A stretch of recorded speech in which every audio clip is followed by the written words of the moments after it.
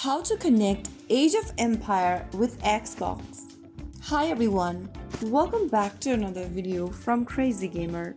Today in this video, I'm gonna be guiding you through how you can easily connect your Age of Empires game with Xbox account. In order to do that, first of all launch open Age of Empires game on your device. Once in, go to the top left corner and tap on your profile avatar. Now click Settings at the bottom left corner. On the next page, click Account. You will see the Xbox logo and you'll find a bind button underneath it. Tap on it to connect with Xbox. This will take you to the Xbox sign-in area where you need to type in your credentials. Click on the sign-in button and get ready to enter your credential. Enter your Microsoft account's credential in the first field.